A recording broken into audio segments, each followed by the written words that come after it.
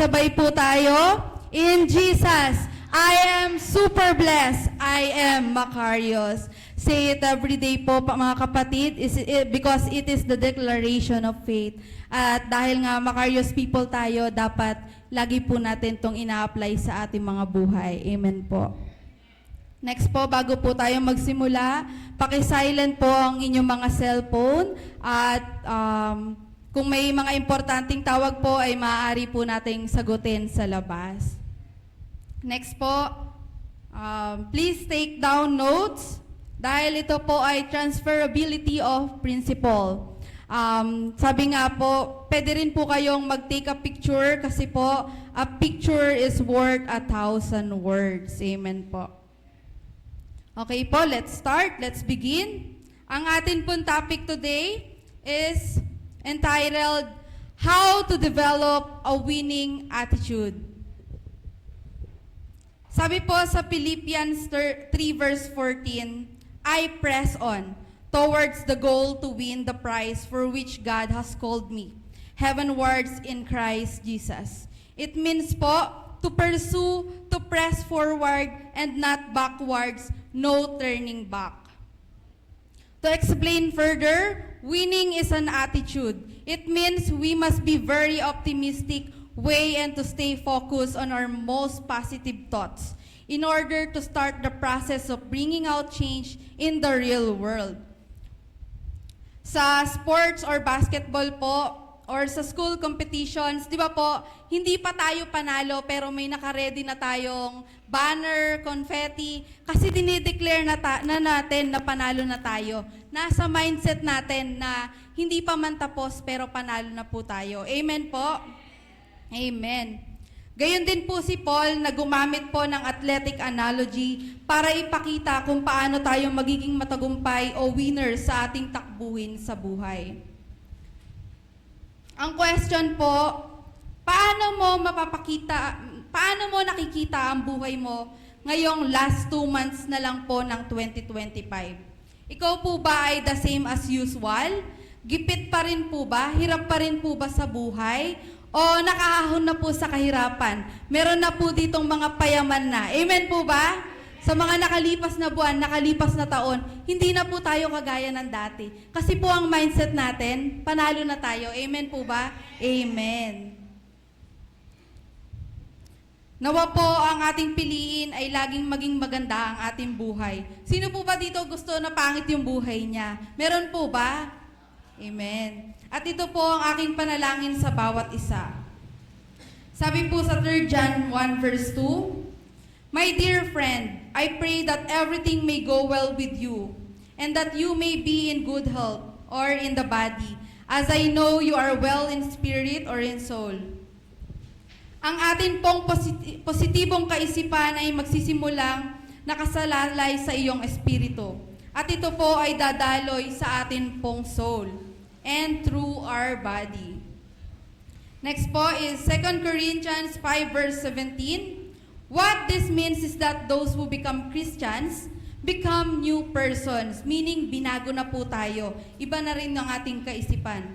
They are not the same anymore, for the old life is gone, a new life has begun. Ano po ang new life na tinutukoy? Definitely, hindi po yung physical na katawan, hindi po yung nakikita sa atin, sa appearance natin. But the spiritual life, ito po yung bago na. Nabago na po ba ang ating mga spiritual life? Nabago na po ba ang ating mga kaisipan? Amen. Dapat lang po na mabago na dahil tayo po ay born again na.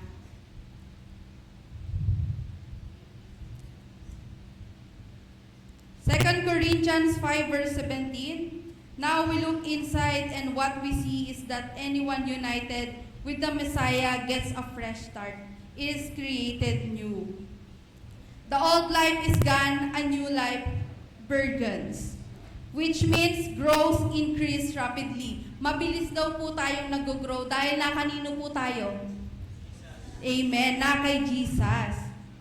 Look at it, sabi po sa Tagalog, nakipag-isa, sumasang-ayon, hindi lumalaban, sumunod, hindi pasaway. Amen po. Umaayon po ba tayo kay Kristo?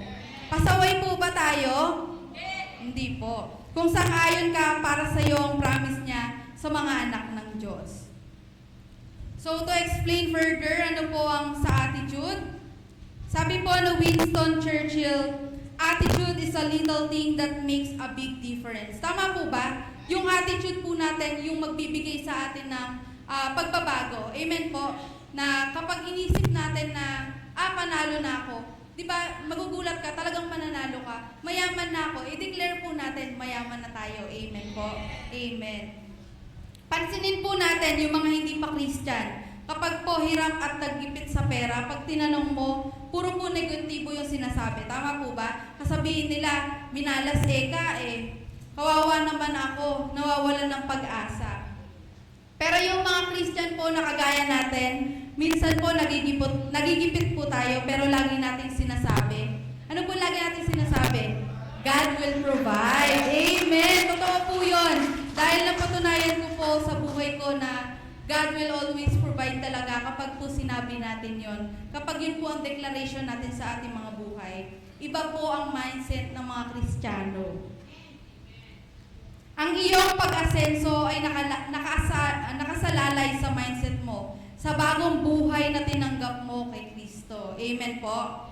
Amen. Sabi po sa John 10 verse 10, a thief is only there to steal and kill and destroy. Pero si Jesus, He came so we can have real and eternal life, more and better life than we ever dream of. Grabe po, di ba?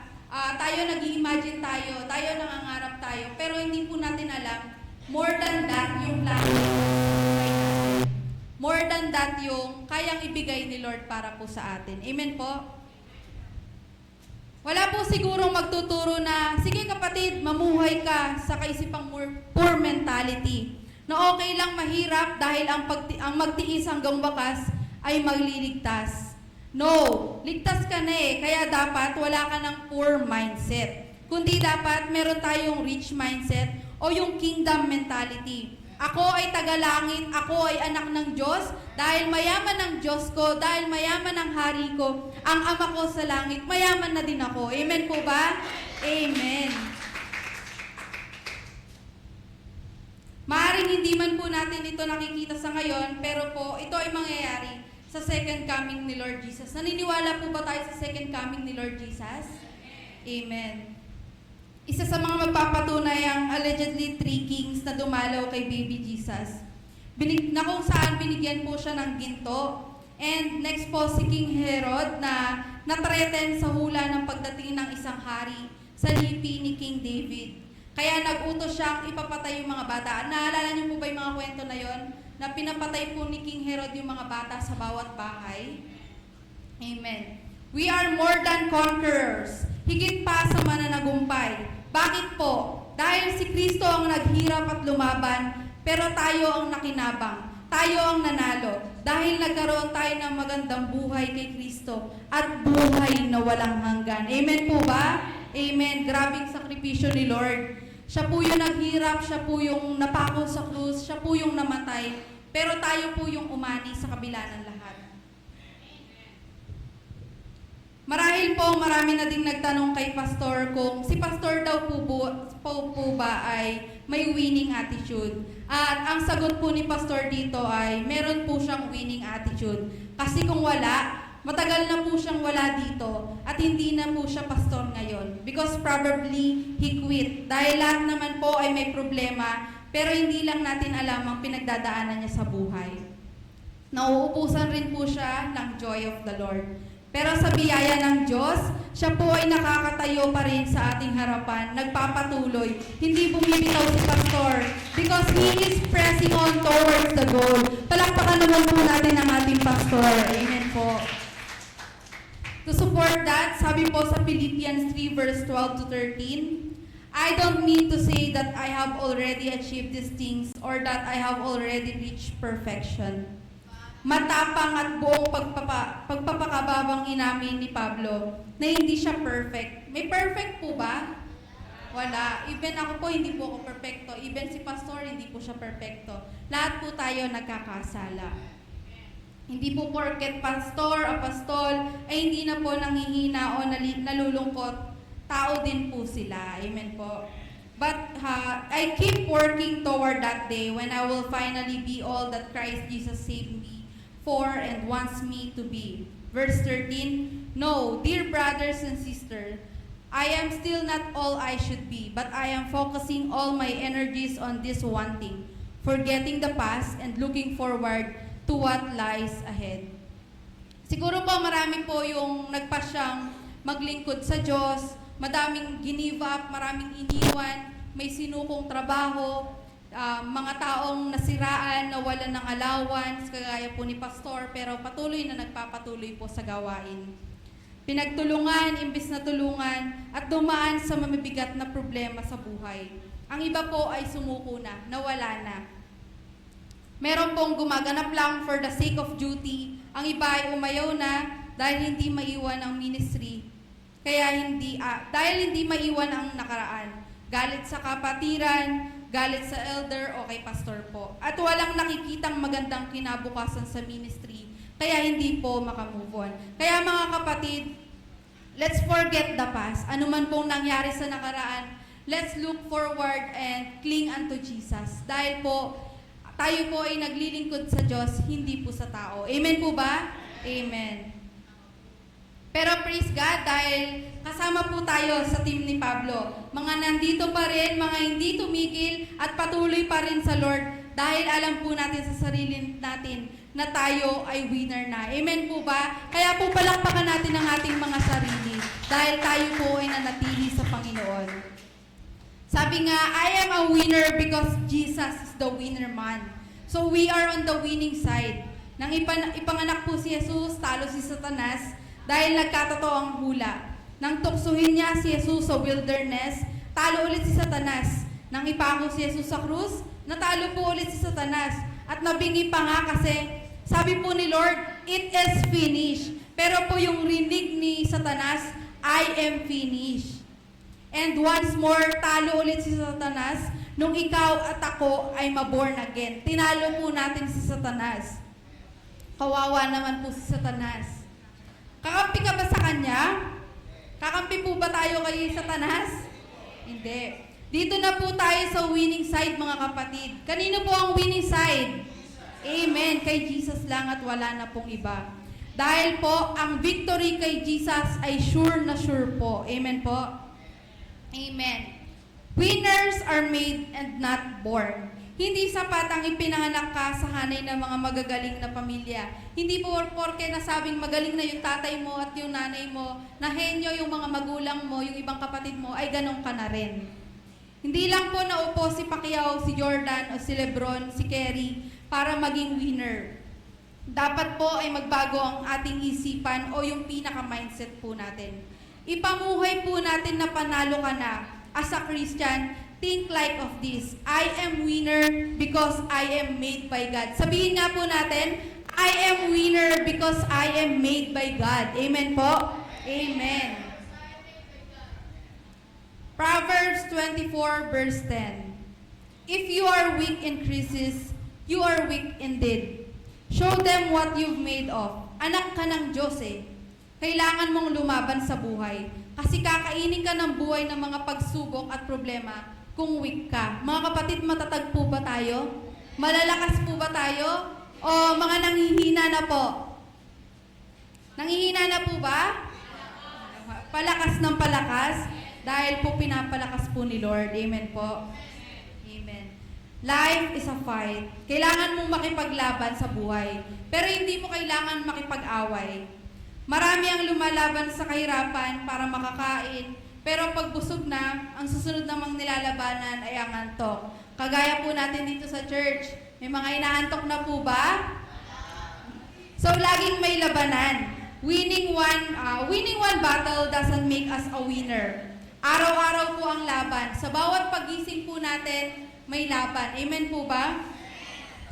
Dapat may daily goals po tayo. May weekly or monthly goals na nasa mindset po natin to never give up. Itatak po natin sa buhay natin, never give up. I will win, maybe not immediately, hindi po ngayon, but definitely. Amen po. Pero wag mo namang tagalan, baka mahuli ka sa biyahe o ito na pala huling araw mo sa lupa. Kaya kapatid, kumilos ka na. Amen. Life is hard. Totoo po, napakahirap po ng buhay. Amen po ba? Napakahirap pong ilaban ng ating mga buhay. You fight to be happy. You fight for love. Diba, sabi nga po sa isang kanta, love is not a fight, but it is something worth fighting for. May lumalaban para sa pamilya, lalo na po para sa sakit, yung mga may cancer po, para mabuhay. Kaya napakaswerte po natin, nandito po tayo. Wala po tayong nilalaban ng, hindi po kagaya ng iba na may mga cancer po. Amen po ba? So mga kapatid, let's never give up. At kung hindi mo na alam ang gagawin, call a backup. Mga kapatid, sino po ang pwede natin maging backup? Si Lord. Amen po. Amen. Learn to let go and let God. Hindi mo ito kakayanin mag-isa. Dahil one of the most important lesson na dapat po nating matutunan ay choose your battle wisely. Hindi po pwedeng lahat ng laban ay para sa iyo. May mga laban po na kailangan din po nating isuko sa Lord. Amen po? Ibig sabihin po, piliin po natin yung mga pag-uukulan ng buhay at lakas. Dahil po, life is short. Tunay po na napakaikli lamang ng buhay.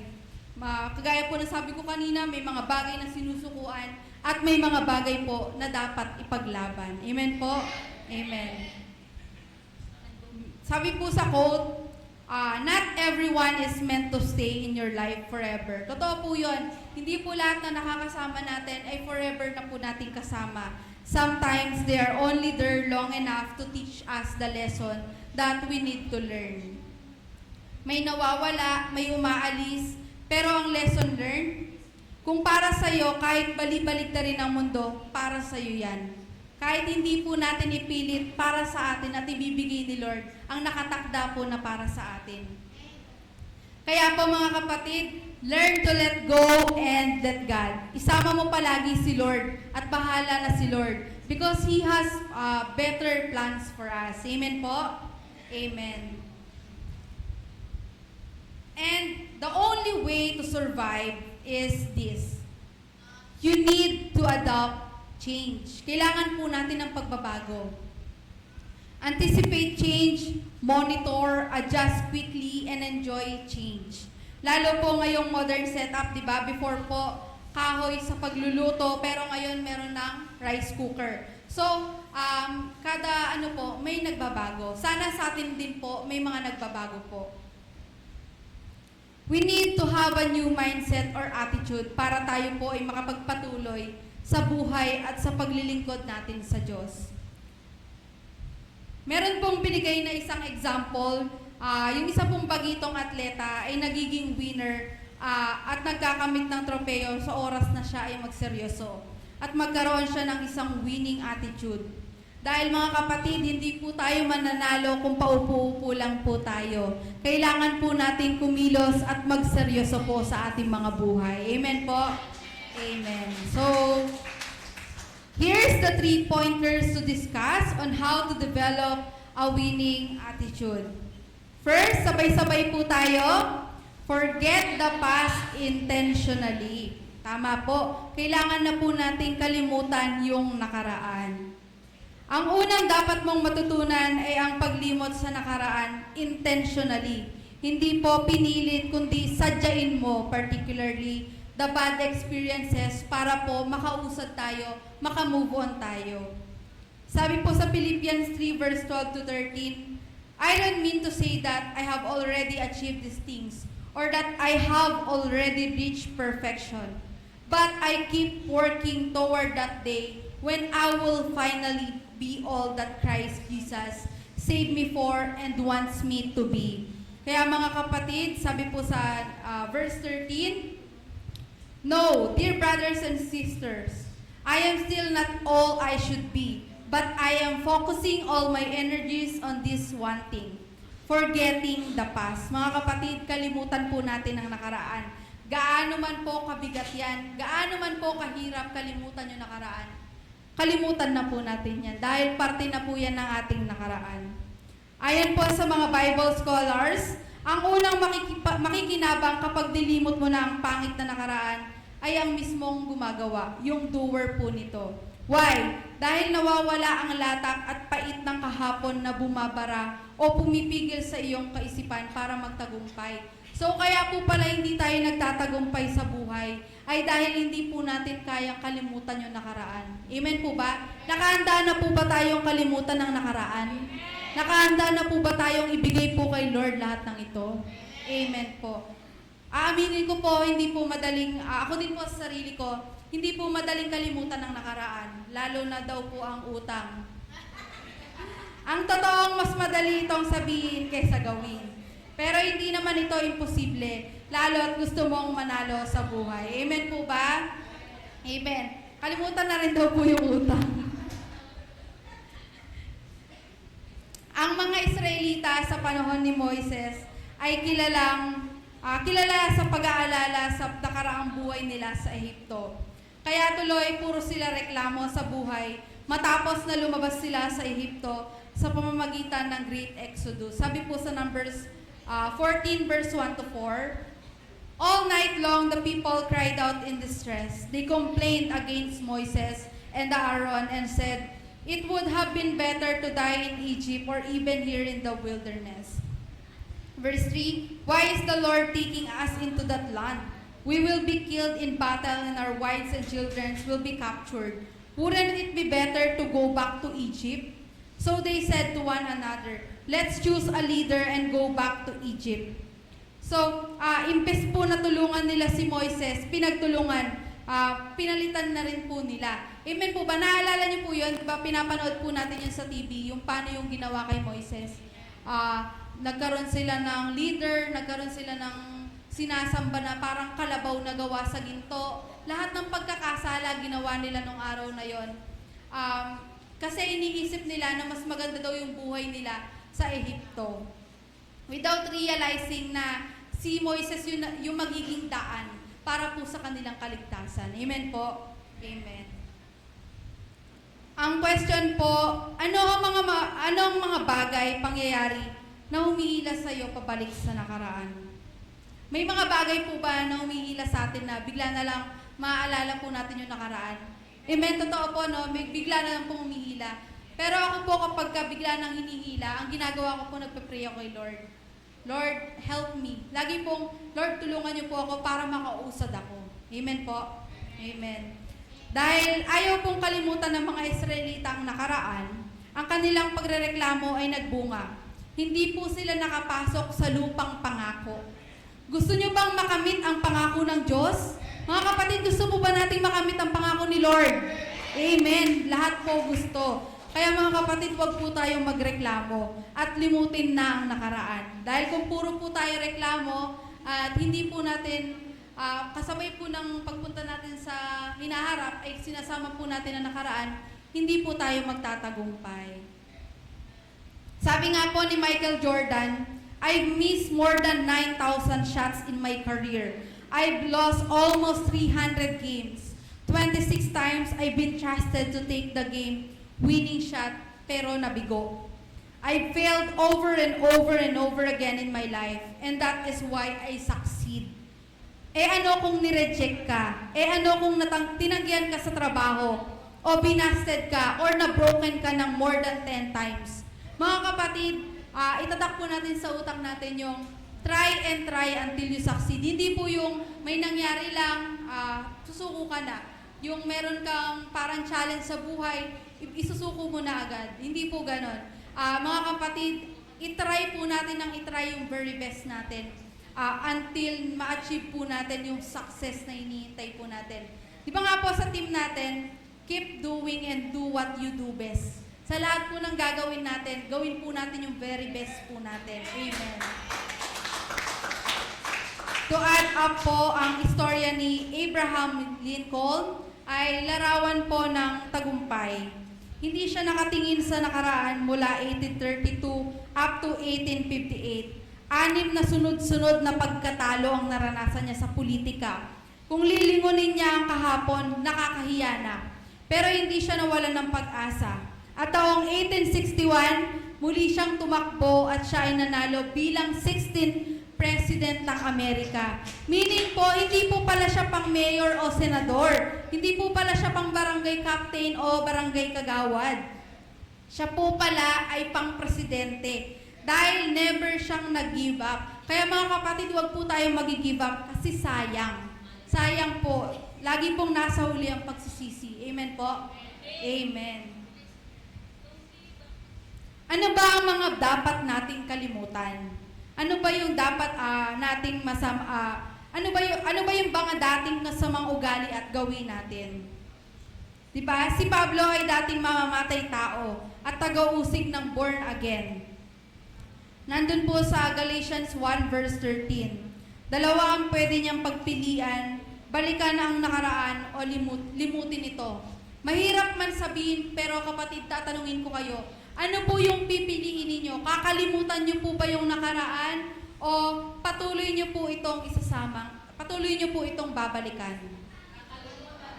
Amen. Totoo po, dapat po natin yung gawin talaga kasi para po makausad po tayo sa buhay.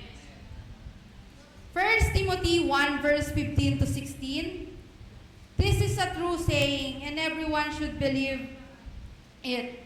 Christ Jesus came into the world to save sinners, and I was the worst of them all.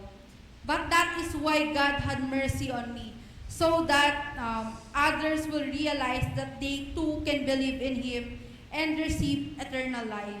Para maging kasangkapan ng pagbabago, para pag nakita nila si Pablo, masasabi nila, pwede pa palang magbago ang kagaya ko. Naniniwala po ba kayo na yung iba, kahit 10 years nang nakakulong, napakaraming pagkakasala ay maaari pa rin po magbago? Amen. Kahit sino po, maaari pa rin magbago. Obviously, mas pinili po ni Pablo ang kalimutan ng nakaraan. Dahil kung babalikan niya ito, mabibigatan ang kanyang kalooban at hindi siya magpapagamit at maglilingkod sa Diyos. Another question para po sa ating lahat. Why it is important to forget your past? Bakit daw po napakahalaga na kalimutan na natin ang ating nakaraan? At ang sagot po dyan, so we can move on and we can win. Para po tayo ay makamove on na at tayo po ay manalo sa buhay. Hebrews 8 verse 12. For I will be merciful to their unrighteousness and their sins and their lawless deeds. I will remember no more. Kaya nga nagtataka ako sa mga patotoo na pilit hinuhukay, ibinabalik ang pangit na nakaraang buhay. Mga kapatid, itapon na po natin ang pangit na nakaraan at ipakita po natin ang bagong buhay. Mas interesado po ang mga tao sa mga buhay na bago na matutuwa sila na grabe, ang laki ng pinagbago ni kapatid. Ang laki ng pinagbago ni brother and sister. Hindi na siya kagaya ng dati. Amen po ba? Ang ganda po, ang saya pong naririnig.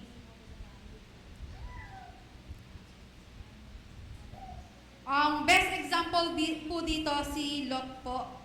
Napasama ang kalagayan ng misis ni Lot nang muli siyang lumingon sa nakaraan. In Genesis 19 verse 26, datapwat ang asawa ni Lot ay lumingon sa likuran ni Lot at naging haliging asin. Haliging asin, ibig sabihin po, steady or statua. Naging statua po siya dahil hindi siya makamove on. Hindi po siya makamove on. Di ba nawalan po sila ng ari-arian, gamit, lupa, bahay, sasakyan. Amen po ba? To support this, in Psalms 103 verse 12, as far as the east is from the west, so far has He removed our transgressions from us.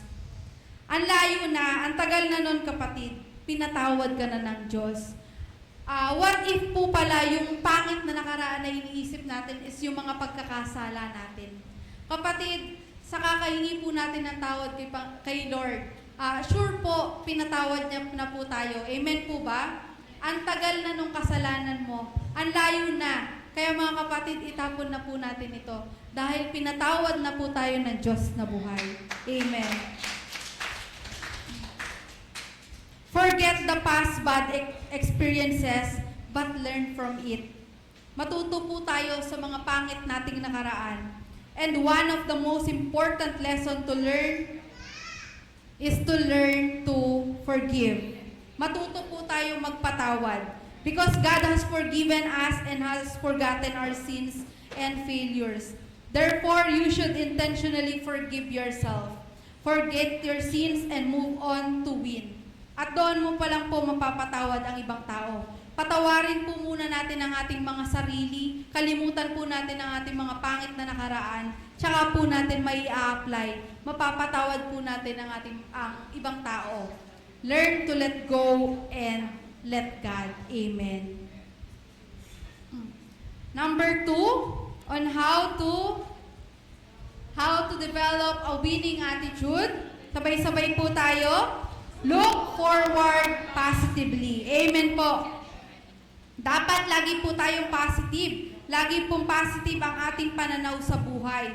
At dapat ang mga samahan mong tao ay yung may mga ganitong pag-uugali para mahawa ka. Amen po ba? Totoo po yun eh. Kung sino po yung nakakasama natin, na-adapt po natin yung ugali nila. Amen po ba? Na kapag positive yung kasama natin, yung puro iniisip niya, yung thinking niya is positive, nagiging positive po tayo kahit talagang nega po tayong tao. Amen po ba? Pero kapag ang kasama po natin nega, nega na rin po tayo. Amen po? Amen. Proverbs 27 verse 17, as iron sharpens iron, so one man sharpens another. Kaya wag po tayong sumama sa taong puro nega. Pupurol po tayo. Amen po? Ang magiging thinking natin pababa, imbis po na pataas. Talo, imbis po na panalo. Amen po? Amen. Again, in Philippians 3 verse 13, no, dear brothers and sisters, I am still not all I should be, but I am focusing all my energies on this one thing. Paulit-ulit po. Forgetting the past and looking forward to what lies ahead. Kalimutan po ang pangit na nakaraan, pero hindi siya doon huminto. Ano pong ginawa niya? Tumigin sa magandang plano ni Lord sa buhay niya. Amen po?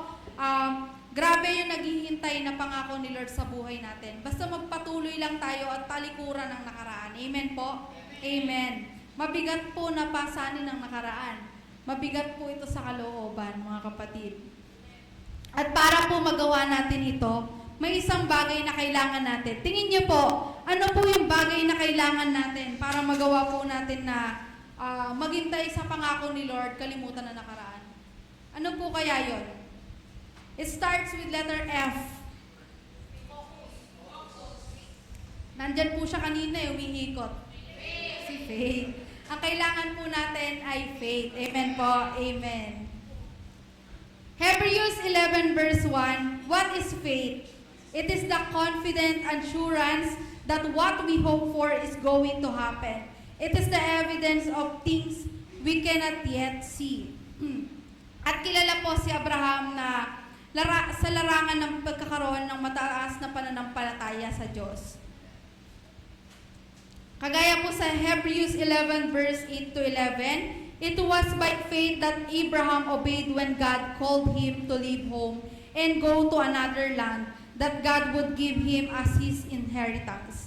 He went without knowing where he was going. And even when he reached the land God promised him, he lived there by faith.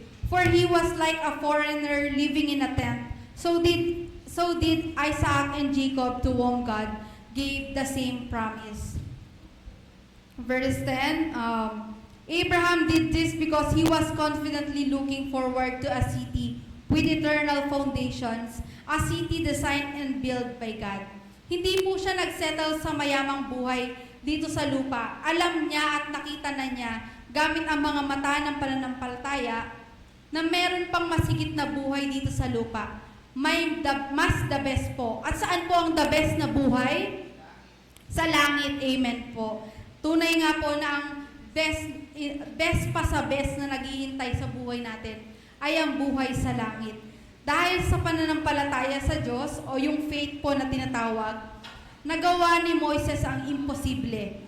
Iniwan ang masarap na buhay bilang Prince of Egypt, anak ng Parao, mayaman at tagapagmana ng kapangyarihan.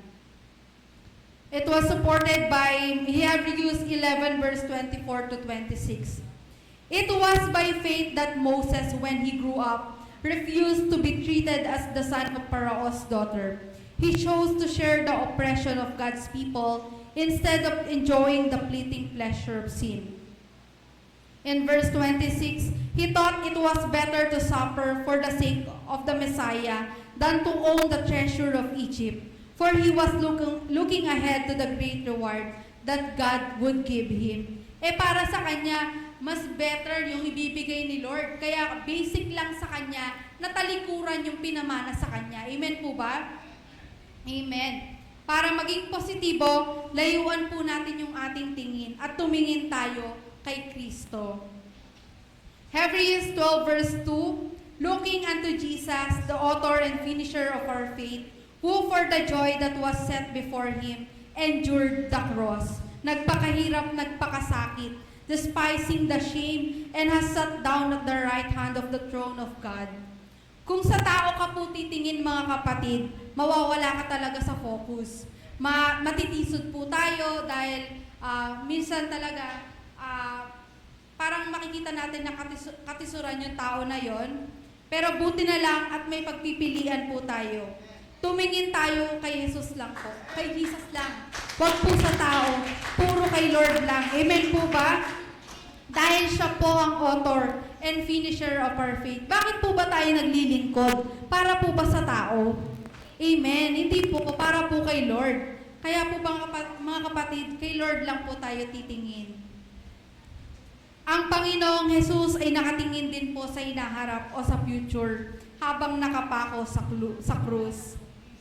In Luke 22 verse 42, sabi po ni Jesus, Father, if you are willing, please take this cup of suffering away from me. Yet, I want your will, not mine. Amen po ba? Lagi po natin i-apply yun kasi ako ina-apply ko yun. Lord, let your will be done in my life and not mine. Dahil iwalay sa Lord, wala po tayo. Wala po tayong magagawa. Amen po ba? Amen. Ang plano po ay tubusin ang lahat para maligtas. At habang nakapako siya, hindi niya tiningnan ang kanyang kalagayan. Hindi niya tiningnan ang magandang buhay na ibibigay ng Diyos sa iyo sa pamamagitan niya. Amen po ba? Grabe, no? Sa pamamagitan ni Lord, ni Jesus, nandito tayo, buhay tayo. Hindi tayo nagpapakahirap kagaya ng dinanas niya. Amen po ba? Amen. Isa pong example, si Florence Chadwick, na sa edad na 34 noong July 4, 1952, ay sumubok na languyin ang Catlina Island na may layong 21 miles o 21 milya. Kapag nagawa niya ito, ay siya ang kauna-unahang record holder. Pero hindi naging madali ang paglangoy niya dahil napakalamig po ng tubig at makapal ang hamog. Sino po ba ang makakalangoy sa sobrang lamig na tubig at makapal na hamog?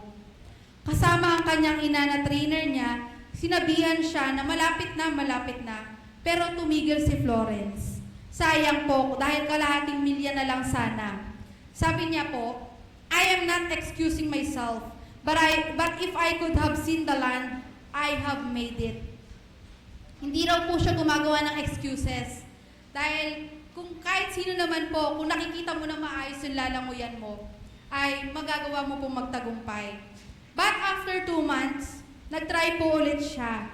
This time, maganda na yung panahon at kitang-kita niya ang lalanguyin niya. Kaya siya ay nagtagumpay. Nagtagumpay siya kasi may nakita siyang pag-asa.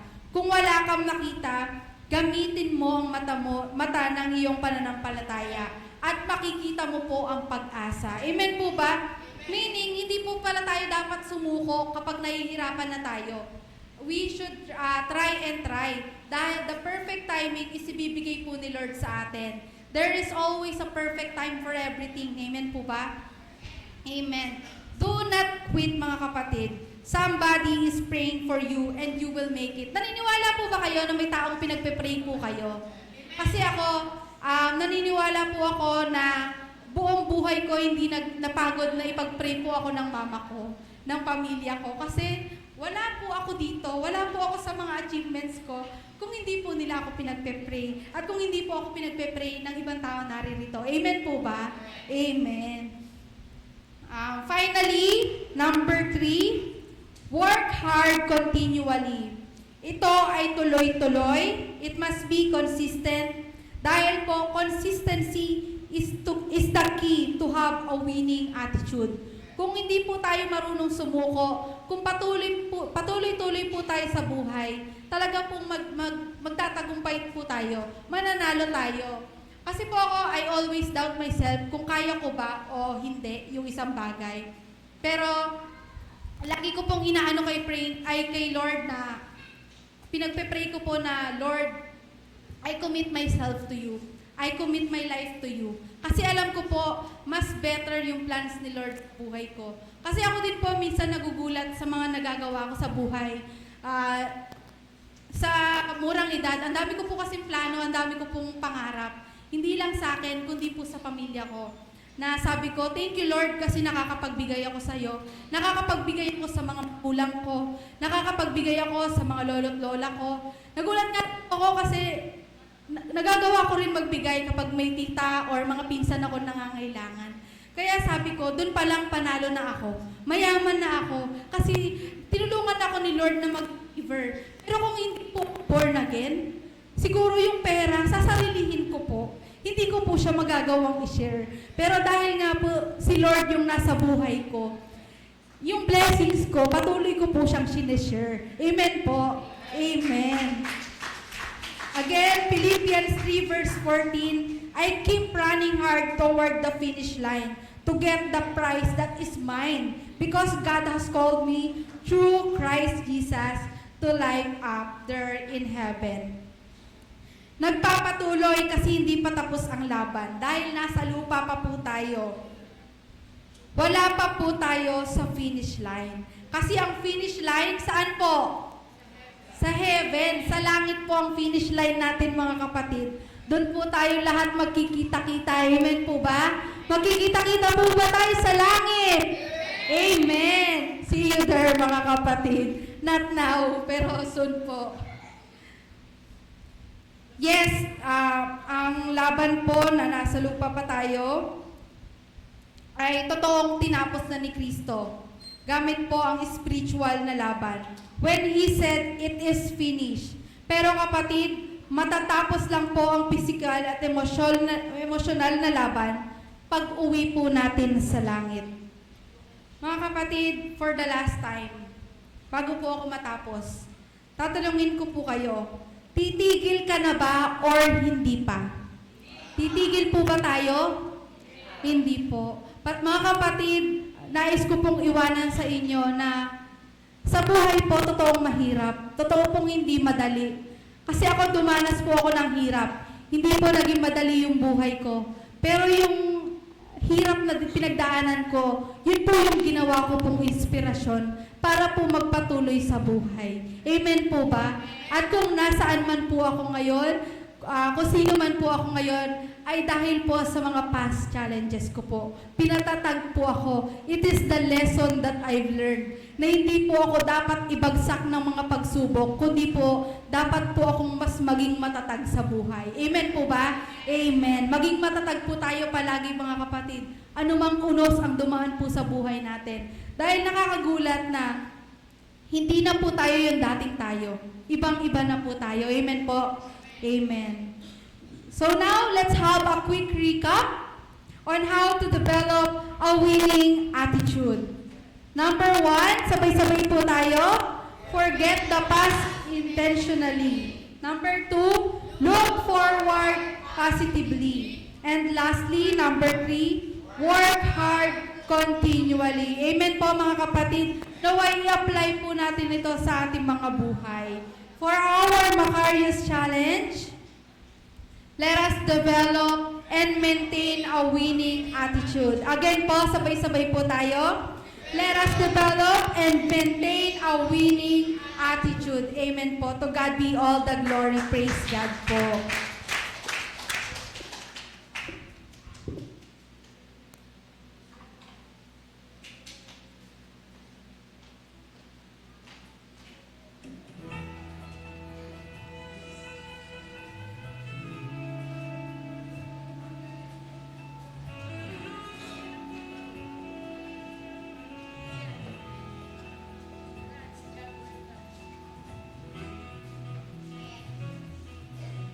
Amen. Praise God po sa napakagandang preaching ngayong umaga. Palakpakan po muli natin ang buhay ni Sister Bia. Ayan. So, ako naman po ang natutunan ko ngayong umaga is yung do not quit. Somebody is praying for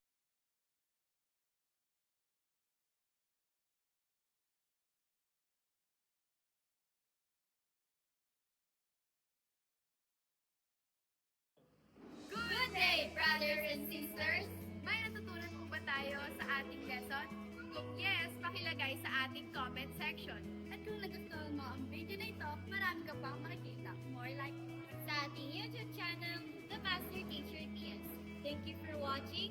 Stay super blessed and stay Macarius!